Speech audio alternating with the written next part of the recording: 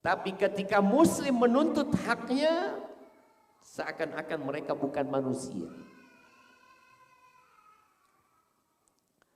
Saudara-saudara kita di Palestina,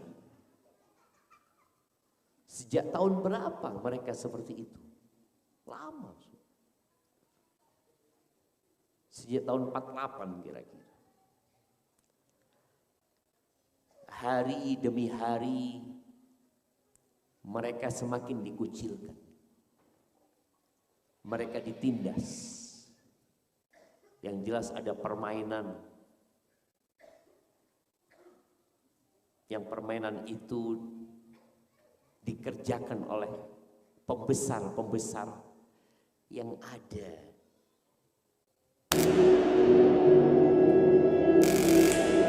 Bismillahirrahmanirrahim. Berapa banyak orang yang dibuka pintu rizki bagi dia, diberi kelancaran, diberi kemudahan, semua yang dia inginkan Allah kasih. Tapi ternyata dia semakin jauh dari Allah Azza wa Jalla. Tapi memang kondisi umat Islam yang dirasakan oleh seluruh penduduk bumi, bukan hanya umat Islam, benar-benar sangat memprihatinkan. Kita dapat melihat ya, demonstrasi besar-besaran dilakukan di negeri-negeri kafir. Yang melakukannya bukan umat Islam, orang-orang kafir sendiri. Mereka melihat kok tega gitu. Orang-orang ini membiarkan umat Islam dibantai. Dari dulu sebenarnya.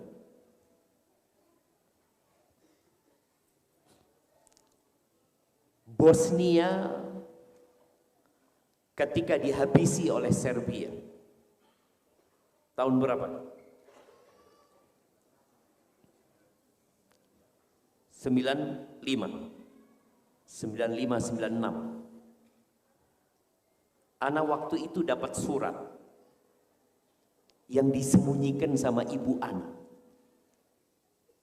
Baru setelah berapa tahun dikasih tahu sama ibu.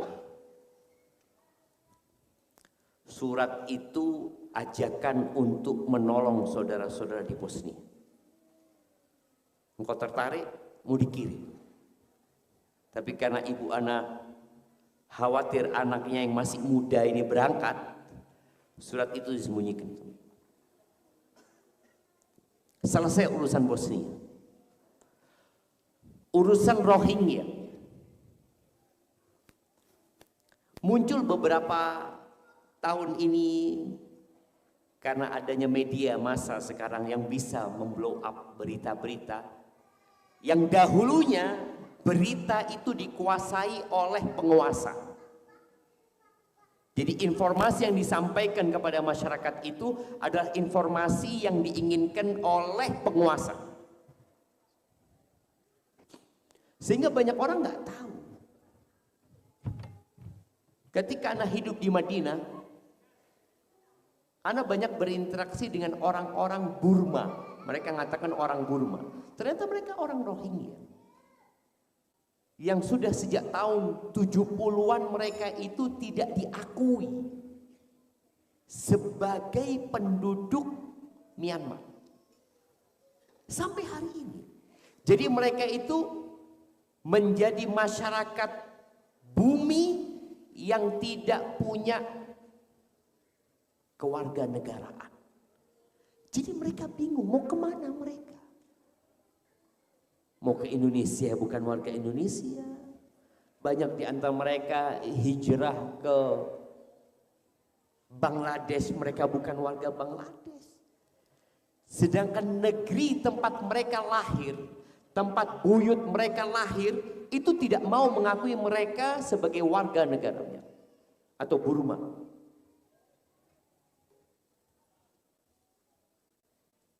Karena mereka Muslim.